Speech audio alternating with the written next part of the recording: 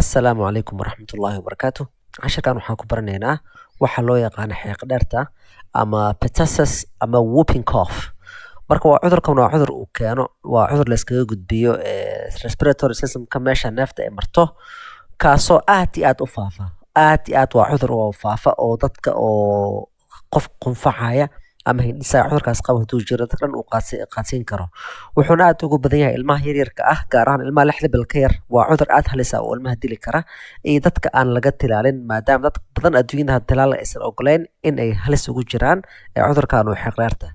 Qaabka la isugu gudbiyana ayaa waxay tahay in dadka marka ay qunfacaan ama ay hindhisaan kadib meel ay taabtaan, dadka qaba cudurkan oo respiratory systemkooda uu soo galay ayaa faafiya oo aad iyo aad u faafiya. Waxaa keena marka bacteria oo loo yaqaano Portella pertussis, kaasoo marka oo halis ama toxin ku daadiya respiratory systemka, kaasoo keena shaqadii uu qabanayay in uu joojiyo. Waxa lagu gartana waxay tahay qunfac xad dhaaf ah, qaylo oo qofka wuup laga maqlayo, markii qofka in uu matago markii uu qunfaco kadib, iyo daal tira badan oo qofka laga dareemayo markii oo sida daran uu qunfaco kadibna uu matago, haddana sida daran uu qunfaco haddana uu matago. Qaabka uu u shaqeeyo respiratory system ayaa wuxuu yahay in oo ay ku jiraan waxyaalo oo sida timaha oo kale oo garaacmayo, sida buraashka oo kale oo hawada banaanka u saaraya, oo ilaah ugu talagalay wax walba ama bacteria ama virus ama wixii particle soo gala inuu banaanka ka saaro. Dhibaatada uu kale marka waxay tahay bacteriahan in uu joojiyo shaqadii uu qabanayay siiliyahan ama meeshan oo buraashaalkan waxa saaran. So markii hawada wax banaanka uu saarayay waxaa soo dhexgalaya Portella pertussis, trakeyaha iyo respiratory airway-ga ayuu soo dhexgalayaa. Unugyada marka oo saas u garaacmayay oo laga rabo inay banaanka u saaraan waxa wasaqda soo galay, sida soo buraashay oo kale, meel la buraashay oo banaanka u saaraya hawada banaankeed, ayaa waxaa imaanaya in uu joojiyo shaqadii uu qabanayay. Qaabka uu joojiyana ayaa waxay tahay in oo markii uu soo galo meesha oo marka hore uu ku dhago ama uu qabsado muxuu ahaa siiliyaha, macnaa meelaha timaha soo taagtaagan oo unuga kasoo kortaagan ayuu macnaa wuxuu ku sameeyaa attachment ama inuu ku dhago. Kadib markuu ku dhago maxaa dhacaya in ay joogsato shaqadii uu qabanayay, sababtoo ah meeshii oo wareegsanaysay oo banaanka u saaraysay oo garaacmaysay ayuu u saaray ama ka joojinaya shaqadii ay qabanaysay. Qaabka uu qabtana way kala duwan tahay. Waxaa jira dhowr macnaha oo toxin uu soo saaro, taasoo joojisa garaacaas oo timahaas ay garaacmayaan oo banaanka u saarayaan. Marka waxaa iskugu jiraan sumyaalkan pertussis toxin, waxaa jira adenylate cyclase toxin, tracheal cytotoxin, kuwaasoo marka waxay mas'uul ka yihiin in ay joojiyaan shaqadii epithelial cellska ay qabanayeen iyo shaqadii immune system uu qaban lahaa oo ahayd inuu gudaha usoo galo. Waxay block gareynayaan in immune system gudaha usoo galo, taasoo keenaysa in oo qofkii u nuglaado in oo epithelial cellskiis ay shaqeyn waayaan oo cells u shaqeyn waayo, immune system uu ku takhalusi waayo, taasoo keenaysa marka dhacaanka tirada badan oo dhex fadhiista meeshaas oo epithelialka meeshii laga rabay shaqada ay qabanayaan oo joogsa dhacaan badan uu kasoo dhex baxo, taasoo joojinaya shaqadii. Taasaa marka waxaa dhacaya in oo meesha neefta ay marto glottiska ama meesha codka uu kasoo baxo voice boxiga asoo xiran qofka in uu qunfaco kadib waxaa keenaya buubta dheer oo qofka oo dhibka u keenaya in oo hawada aysan gudaha u geli karin oo codka la maqlaya. Kaas ayaa sabab u ah. Qaabka diagnosis loogu sameeyana waxay tahay qaab clinical ah, waa clinical diagnosis oo laga wado xitaa asagoo wax baaritaan aan lagu sameynin ayaa la arki karaa calaamadaha oo qofka lagu arko. Qunfac oo macnaa non stop ah, waa qunfac aan wax kale lagu qaldi karin, iyo codka dheer oo whooptaas oo qofka uu sameynayo, xiiqda dheer oo qofka uu sameynayo oo lagu garan karo, oona badanaa uu ku dhaco dadka aan ka tilaalin. Dadka aan la tilaalin ayuu u badan yahay inuu ku dhaco. Sidoo kale waxaa lagu sameyn karaa PCR, polymerase chain reaction, kaasoo ah in lagu baaro muxuu ah molecular biology haddii oo qofka sanka laga geliyo sidii covidka oo kale, iswab haddii sanka laga geliyo oo loo diro muxuu ahaa baaritaan. Sidoo kale waxaa la fiirin karaa antibody ama serology, kaasoo marka fiirinaya haddii qofkaas hore ugu dhacay. Laakiin diagnosiska oo qofka oo si degdeg ah u jiran, serology macna muhiim ah. Tan muhiimka ayaa waxay tahay clinical diagnosis ama PCR haddii meesha uu yaalo facility oo lagu jeegreyn karo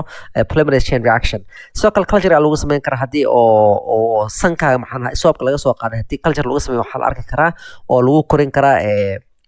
muxuu ah bacteriahan oo Portella pertussis. Qaabka loo daaweyna waxay tahay in antibiotic loo qaato macrolide sida azithromycin oo kale, kaasoo marka oo inkastoo qofka aysan ka joojinaynin macnaha qofka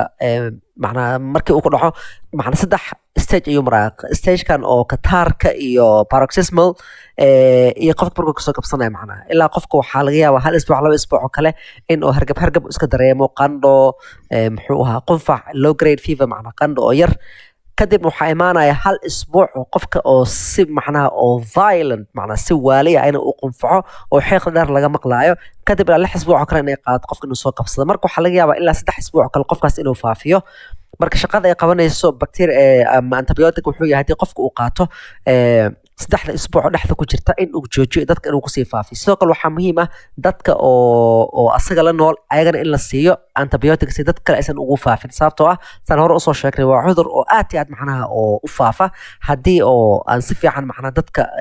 qaba antibiotic aan la siinin dadka ula nool yahay oo contactska macnaha oo aadka ugu dhow guriga iskula nool yihiin ama saaxiib ay yihiin oo qunfacaas uu gaaray haddii la siiyo macrolide waxay ka joojinaysaa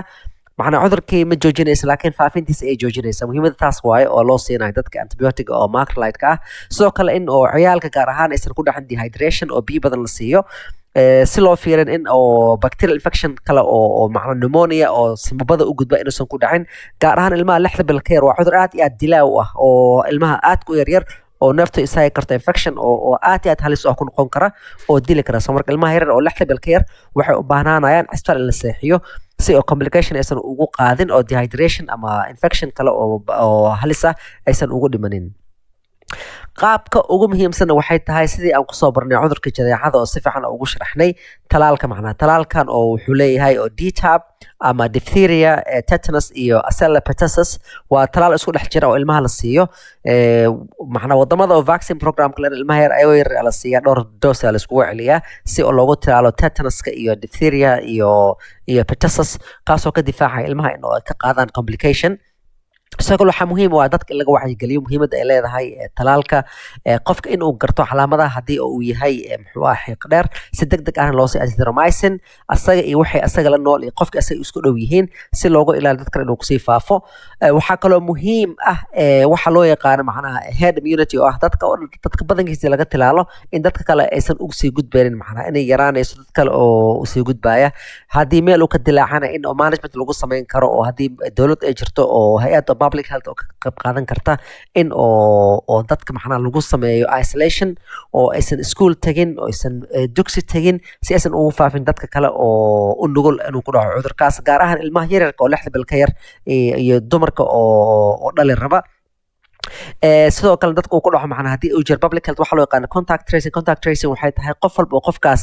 oo guri la joogay ama meel ay isla imaadeen ama iskuul isla dhigtaan inay contact ku sameeyaan kadibna isolation ku sameeyaan ilaa qofkaas laga siinayo antibiotic oo macrolide waa haddii ay jirto public health oo awood badan oo awood u leh inuu sameeyo contact tracing dad sidoo kale vaccine campaign macnaha haddii dadka oo